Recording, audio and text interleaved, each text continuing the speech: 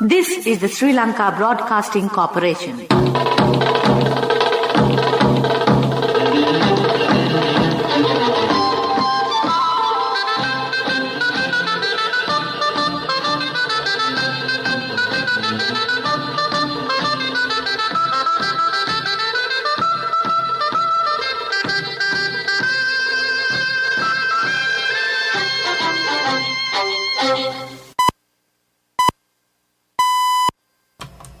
(6:15 p.m.) This is the Sri Lanka Broadcasting Corporation. The news edited by Dulmin Samarasinghe, assisted by Chatura, and read by Geethanjali Ramanayaka. The headlines. COPE recommends using Indian and other available credit lines to resolve the country's drug shortage as soon as possible. The Government Medical Officers Association requests authorities to ensure independence and integrity of the National Medicines Regulatory Authority. The landslide warning issued for 8 districts extended. Water levels of hydropower plant reservoirs increase with heavy rains. Officials instructed to remove containers piled up at the Colombo harbour. In foreign news, China eases Shanghai COVID restrictions after 2 months. Sports news, Sri Lanka calls up Matisha Patirana and Nuanidu Fernando for T20I series against Australia. News in detail. The Government Medical Officers Association has requested the Health Minister to safeguard the independence, integrity, professionalism and efficiency of the National Medicines Regulatory Authority without influence from third parties with vested interests. The GMOA, in a letter to the Health Minister, has vehemently opposed political and other interferences of any means which is detrimental to the independence and integrity of the NMRA. It has said attempts to politicize NMRA or bypass it in approval procedure will have an irrevocable and detrimental effect on patient care as well as patient safety. The landslide warning issued for 8 districts has been extended. The National Building Research Organisation announced it was extended until 3 p.m. tomorrow. The Disaster Management Centre says that 579 persons belonging to 144 families in 8 districts have been affected by the inclement weather. The Director General of the Centre, Sudanta Ransinga, said that a disaster relief official has died due to the prevailing weather condition. He said 236 persons belonging to 57 families have been housed at 5 safe centres. He further said that rescue operations are being conducted jointly with the 3 armed forces. Meanwhile, Mahaveli Authority said that water levels of hydropower plant reservoirs are increasing with the activation of the monsoon rain. Water capacity of the Moragahakanda reservoir has been increased by 71%. Water levels of Kuthmale and Victoria reservoirs have exceeded 50%. He said that water capacity of Randenigala reservoir is 80% and Udawalawe reservoir is 95%. Minister Nimal Sitipal De Silva has instructed relevant officials to take speedy steps to remove containers piled up at the Colombo harbour. Nearly 800 containers have been piled up at the harbour due to custom inspections. During a discussion with shipping agents, it has been revealed that certain containers are at the place for more than 10 years. The minister pointed out digital technological methods with international standards should be introduced to improve efficiency at the harbour. The Shipping Agents Association said nearly $70 million have to be paid for the services obtained from shipping lines. The minister agreed to provide solutions by holding discussions with the central bank. The Ceylon Electricity Board has been summoned before the Committee on Public Enterprises on the 9th of June. The Auditor General's report for the years 2018 and 2019 and the current performance of the Ceylon Electricity Board will be examined. In addition, the Urban Development Authority has been summoned before the COPE on the 7th and the University of Moratua on the 8th. The Minister of Agriculture will be summoned on June 7th, the Department of Import and Export Control on June 8th, and the Minister of Fisheries on June 9th.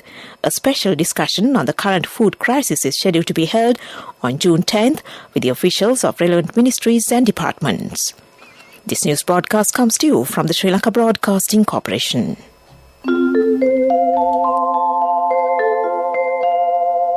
The medical insurance plan that begins at the age of 60. Medi 60 from Sri Lanka Insurance.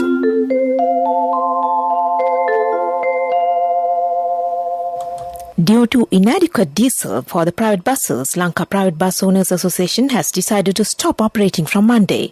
Chairman of the association, Gamunu Vijayaratna, said they have to stand in queues for days to refuel their buses. He said, although it was stated that fuel would be issued from the Sri Lanka Transport Board depots, no formal program was in place. He added, if the government does not give priority to providing diesel to passenger buses this week, buses will be completely phased out from Monday.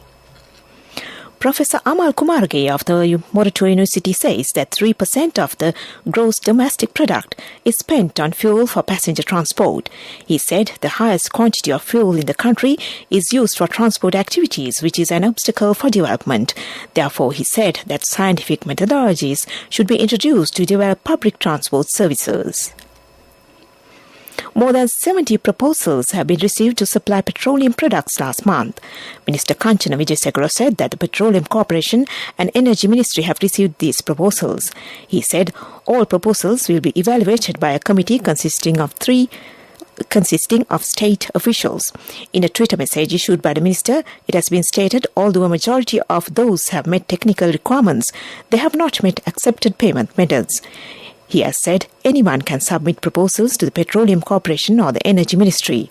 The minister said legal action will be taken against a newspaper which has published a report on purchasing crude oil from Russia.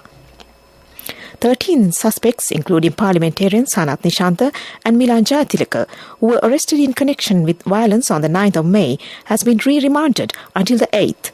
Colombo Fort Magistrate Tilina Gamage gave the order when they were produced before him. Meanwhile, the CID informed the court today that 4 persons, including former Minister Johnston Fernando and Colombo Municipal Council member Mahinda Kahadagama, would be named as suspects in the case. And that ends local news for now. The medical insurance plan that begins at the age of 60. Medi 60 from Sri Lanka Insurance. A health insurance plan to honour our most valued elders by the protectors of the nation. We now give our treasured senior citizens access to the very best medical insurance, specially tailored for anyone over 60. What's more, you don't need medical screening to access this policy. And Medi 60 covers a wide range of illnesses. Only from Sri Lanka Insurance. Call 0112 357 357. The main news story is brought to you by Siddhalepa Vedamahatmya. The chairman of the Committee on Public Enterprises, Charita Herath, recommended at the committee meeting held that action be taken to resolve the drug shortage in the country as soon as possible using Indian credit loan assistance and other credit facilities. The recommendations were made when the officials representing the State Pharmaceuticals Corporation of Sri Lanka were summoned to the COPE committee yesterday to discuss the current performance and shortage of drugs in government hospitals as at May 13, 2022, and the measures taken to address the shortage. The COPE chairman pointed out that despite receiving $200 million in financial assistance under the Indian Credit Line Facility, by April 22, 2022, the Ministry Drug Subcommittee had only recommended medical supplies worth $55.5 million. It was further stated that it is only 28% of that grant, and by May 18, 2022, only $92.9 million had been recommended for invoices. The members of Parliament who were present at the meeting pointed out that when there is a shortage of essential medicines in the country, action should be taken to obtain the required medicines using this money immediately, and that was the main news story. The main news story was brought to you by Siddhalepa Vedamahatmya. In Watchlight, Public Utilities Commission has approved the Ceylon Electricity Board's request for power interruptions from the 2nd to the 4th of June. The power cut duration has been reduced to a maximum of 2 hours due to low demand and hydropower generation. A power cut of 2 hours will be imposed on 2nd and 3rd of June between 3 p.m. and 10:30 p.m. A 1-hour power cut will be imposed on June 4th between 6:30 p.m. and 10 p.m. And that was Watchlight. Coming up next is World News, and in the headlines, China eases Shanghai COVID restrictions after 2 months. The US sends long-range rockets in latest aid package to Ukraine. Devastated fans and colleagues pay tribute to Indian singer. World news in detail. The Chinese city of Shanghai, the country's economic center and a global trade hub, has eased COVID curbs after a 2-month lockdown. At midnight local time, restrictions were relaxed to allow most people to move freely around the city of some 25 million people, but at least 650,000 residents will remain confined to their homes. President Biden has announced the US will send Ukraine more advanced rocket systems to help it defend itself. The weapons, long requested by Ukraine, are to help it strike enemy forces more precisely from a long distance. Until now, the US had refused the request out of fear the weapons could be used against targets in Russia. Moscow said it viewed the latest US weapons package to Ukraine extremely negatively. Indians are paying their tribute to popular singer KK, who died unexpectedly on Tuesday night, hours after performing at a concert. The 53-year-old, whose real name was Krishna Kumar Kunath, sang hundreds of songs over his career, which began in the 1990s. He collapsed at his hotel in Kolkata city and was rushed to a hospital where doctors pronounced him dead. The cause of death hasn't been confirmed yet. Back to the headlines of the world news. China eases Shanghai COVID restrictions after 2 months. The US sends long-range rockets in latest aid package to Ukraine. Devastated fans and colleagues pay tribute to Indian singer. And that ends world news, and we move on to development news. Insia Cement has successfully completed the first phase of its Putlam mangrove restoration project, covering an area of 2 hectares along the Sirakulia Lagoon in Aruakkalu. Following its successful completion, Insia Cement has scheduled the next phase of the project to kick-start this month in Galle, aiming to restore more hectares of mangrove forests in the district. And that was development news.